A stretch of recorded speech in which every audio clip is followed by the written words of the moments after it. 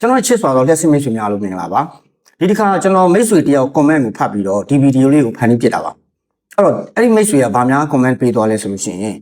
ဆရာတို့ရဲ့တင်တန်းတွေဖွင့်တဲ့အခါကျရင်ဘယ်ဘာသာရပ်ကဘယ်အကြောင်းအရာကိုအတိအကထားပြီးတင်ကြားပေးတာလဲဆိုတော့ရှင်းပြပေးပါတဲ့ကျွန်တော်စဉ်းစားကြည့်လိုက်မိတယ်သူပြောတာမှန်ပါတယ်ကျွန်တော်2019တင်တန်းစဖွင့်နေတဲ့စပြီးတော့ဒီနေ့အချိန်ထိတင်တန်းဘာသာရပ်ဥပမာ electronic installation and wiring ပြီးလို့ရှိရင် aircon practical electronic home appliance repair PCB design Arduino programming စသဖြင့်ကျွန်တော်တို့ဘာသာရပ်တွေလိုက်ကိုတင်တန်းကြော်ညာတွေခေါ်ခဲ့ပါတယ်တင်တန်းသားတွေလည်းလာပါတယ်ဒါပေမဲ့ဘယ်အကြောင်းအရာဒီဘယ်ဥစ္စာဆိုတာကိုကျွန်တော်တို့ရှင်းပြဖို့မေ့နေခဲ့ပါတယ်အဲ့ဒါကိုဒီနေ့ဒီ comment ကိုဖတ်ပြီးတော့မှကျွန်တော်ဒီဟာလေးကိုရှင်းပြဖို့အတွက်ကျွန်တော်ဗီဒီယိုဖန်တီးတာပါအဲ့တော့ဥဆုံးကျွန်တော်စပြီးဆွေးနွေးမှာဆိုလို့ရှိရင်ကျွန်တော်တို့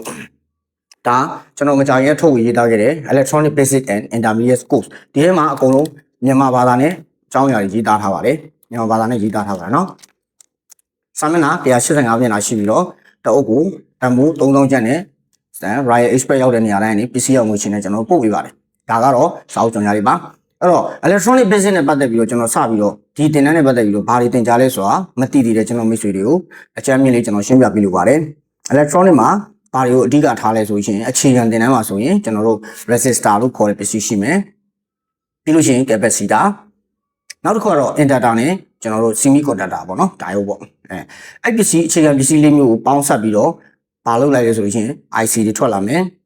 integrated circuit လို့ခေါ်တဲ့စုပေါင်း circuit ကြီးတွေဖြစ်လာပါတယ်အဲ့တော့စုပေါင်း circuit ကြီးတွေကိုနားလည်ဖို့အတွက် electronic basic ကိုစပြီးတော့လေ့လာသင်ကြားရပါတယ်အဲ့တော့ intermediate မှာဘာပါလဲဆိုရင် intermediate ဆိုတာ advanced လည်းမဟုတ်သလို basic လည်းမဟုတ်တဲ့ခြားကာလကိုလိုခန်းလန်လေးပေါ့နော်ခြားကာလကိုလိုခန်းလန်လေးမှာကျွန်တော်ဘာလေးကိုဆွေးနွေးလဲဆိုရင် 741 IC အကြောင်းလေးကိုဆွေးနွေးပါတယ်ပြီးလို့ရှိရင် 55 IC ရဲ့မုတ်သုံးမျိုးဖြစ်တဲ့ bistable mode monostable mode နဲ့ xstable mode သုံးမျိုးအကြောင်းကိုကျွန်တော်သင်တန်းသားမိတ်ဆွေတွေကိုဆွေးနွေးပေးပါတယ်ဒါဆိုလို့ရှိရင် intermediate လေးရသွားတဲ့အတွက် advanced ကို step study လှမ်းနိုင်ပါတယ်အဲ့တော့ electronic basic ပြီးတော့လို့ရှိရင်ကျွန်တော်တို့ဘာပြီးလေ့လာလို့ရပြီလဲဆိုရင် TV ပြင်မှုတွေလမ်းကြောင်းကူးလို့ရပါပြီ computer hardware တွေလို့ရှိရင် phone တွေ hardware တွေလို့ရှိရင်Wi-Fi set တွေ hardware တွေကား ECU ပြင်မှုတွေဒါမှမဟုတ်လို့ရှိရင်ကား EFI ကိုနားလည်ဖို့အတွက် electronic basic ကလည်းအခြေခံကြကြအရေးကြီးပါတယ်ဒါဒီ electronic နဲ့ပတ်သက်တဲ့အကြောင်းကိုကျွန်တော်ရှင်းပြပေးတာဖြစ်ပါတယ်ဒါဆိုလို့ရှိရင် electrical installation and wiring ပေါ့နော်အဲ့တော့ဒီသင်တန်းမှာဘာတွေကျွန်တော်တို့သင်ကြားပေးလဲဆိုလို့ရှိရင်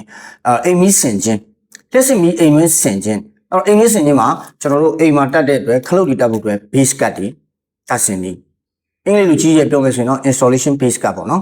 ဒါမှမဟုတ်ရင် install base cut base cut install အတူတူပါပဲအော်မီးခွက်တက်ဆင်တာပေါ့နော် base cut တက်ဆင်တယ်ကျွန်တော်တို့ခလုတ်တစ်လုံးတက်ဆင်တယ်ခလုတ်နှလုံးတက်ဆင်တယ်ခလုတ်3လုံး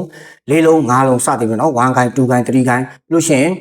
2 way မီးတွေဆင်တယ်3 way မီးတွေဆင်တယ်အဲ့ဒီဥစ္စာတွေနောက်ပြီးတော့ wire site တွေရွေးတယ် breaker site တွေရွေးတယ် fuse တွေရွေးချယ်တယ်ဒီဥစ္စာတွေကိုကျွန်တော်အိမ်ထဲမှာလျှက်စစ်အန်ရကင်းရှင်းအောင်ဘယ်လိုတက်ဆင်ရမလဲဆိုတဲ့အကြောင်းကိုစနစ်တကျရှင်းပြပေးတဲ့သင်တန်းဖြစ်ပါတယ်အဲ့တော့ electrical installation and wiring သင်တန်းတက်လို့ရှိရင်ကျွန်တော်အိမ်ထဲမှာရှိတဲ့မီးခလုတ်တွေကိုကျွန်တော်တို့ကိုယ်တိုင်ဆင်နိုင်ပါတယ်ကိုယ်တိုင် trouble shooting လိုက်တာပေါ့နော် trouble shooting ဆိုတော့ပြဿနာကိုရှာဖွေတာပေါ့အဲ့တော့ဘယ်နေရာမှာဘာပြဿနာတက်လို့ရှိရင်ဘယ်လိုဖြစ်တယ်ဆိုတော့ကျွန်တော်ဖြေရှင်းနိုင်ပါတယ်ဒါဒီ electrical installation wiring သင်တန်းအတွက်ဖြစ်ပါတယ်ကျွန်တော်တို့ရဲ့အခြေခံသင်တန်းနောက်တစ်ခုဖြစ်တဲ့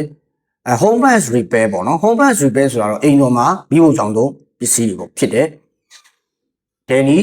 သမင်းပေါင်းကိုနောက်ပြီးလို့ရှိရင်ကျွန်တော်တို့ဘာရှိလဲဆိုရင်ရှင်တွေအိုးနောက်တစ်ခါပန်ကာနောက်ထပ်ကျွန်တော်တို့အပူကွိုင်လေးပေါ့နော်အပူကွိုင်လေးလုပ်တဲ့ပစ္စည်းတွေကိုပြုပြင်ပြင်ဆင်တဲ့အကြောင်းအရာဖြစ်ပါတယ်နောက်ပြုပြင်ပြင်ဆင်တဲ့အကြောင်းအရာကြီးပဲကျွန်တော်တို့ကရှင်းပြပေးတာမဟုတ်ပါဘူးလျှက်စစ်အခြေခံသဘောတရားကိုလည်းကျွန်တော်တို့ကဥစွာဖြည့်ရှင်းပေးပါတယ်အဓိကအကြောင်းက Ohm's law ဖြစ်ပါတယ်လျှက်စစ်လုပ်ငန်းနဲ့ပတ်သက်ရင်ဘယ်အရာပဲလုပ်ပါကျွန်တော်တို့ Ohm's law ကိုကျော်လွှားလို့မရပါဘူးဒါကြောင့် Ohm's law လည်းအဓိကရှင်းပြပေးပါတယ်အင်္ဂါတွေပြုပြင်ပြင်ဆင်ပြီးအင်္ဂါကွိုင်တွက်နီးပတ်နီးတွေလည်းရှင်းပြပေးပါတယ်အဲ့တော့ကျွန်တော်တို့ဒီမှာရှိတဲ့အခြေခံ၃မျိုးဖြစ်တဲ့ electronic basic course ပြီးလို့ရှိရင်ကျွန်တော်တို့electrical installation wiring နဲ့ကျွန်တော်တို့ home appliance repair သင်တန်း3အပြင် basic installation aircon ပေါ့နော် aircon တက်ဆင်ခြင်းအခြေခံသင်တန်းပေါ့နော်ဒီသင်တန်း၄မျိုးမှာကျွန်တော်တို့အခြေခံတွေပါလျှက်စစ်အကြောင်းဘာမှမသိတဲ့လူတွေသင်ကြားလို့ရတဲ့အခြေခံသင်တန်းဖြစ်ပါတယ် aircon သင်တန်းမှာဆိုရင်ဘာတွေသင်ကြားမလဲဆိုလို့ရှိရင်ကျွန်တော်တို့အိမ်သုံး aircon တွေဖြစ်တဲ့ indoor outdoor aircon တွေ gas ဖြည့်နီးကျွန်တော်တို့ compressor နဲ့ gas ကိုလေစုပ်နီးပြီးလို့ရှိရင် aircon တစ်ခုကိုကျွန်တော်ကြီးပိုက်ဘယ်လိုခွေမလဲကြီးပိုက် site ဘယ်လိုရွေးမလဲနောက်ပြီးတော့ gas တွေဘယ်လိုရွေးမလဲကျွန်တော်တို့ နော် remote control ပျောက်သွားရင်ဘယ်လိုကြော်ခွပြီးသုံးမလဲဒီဥစ္စာတွေကိုကျွန်တော်တို့ aircon နဲ့ပတ်သက်ပြီးတော့လည်းအခြေခံကြတင်ကြားပြပါသေးတယ်အဲ့တော့ကျွန်တော်မိတ်ဆွေအနေနဲ့ဒီထက်ပိုပြီးသိရှိလို့ရဆိုရင်ကျွန်တော် comment မှာရေးထားပေးခဲ့ပါကျွန်တော်ဒီအရေးတွေကိုဖတ်ပြီးတော့ပြန်ပြီးတော့ဖြည့်ရှင်းပေးပါနဲ့စာနဲ့ဖြည့်ရှင်းပြီးလို့အဆင်မပြေဗီဒီယိုဖိုင်ဖန်ပြီးတော့ကျွန်တော်ဖြည့်ရှင်းပေးမှာဖြစ်ပါတယ်ကျေးဇူးအများကြီးတင်ပါတယ်ခင်ဗျာ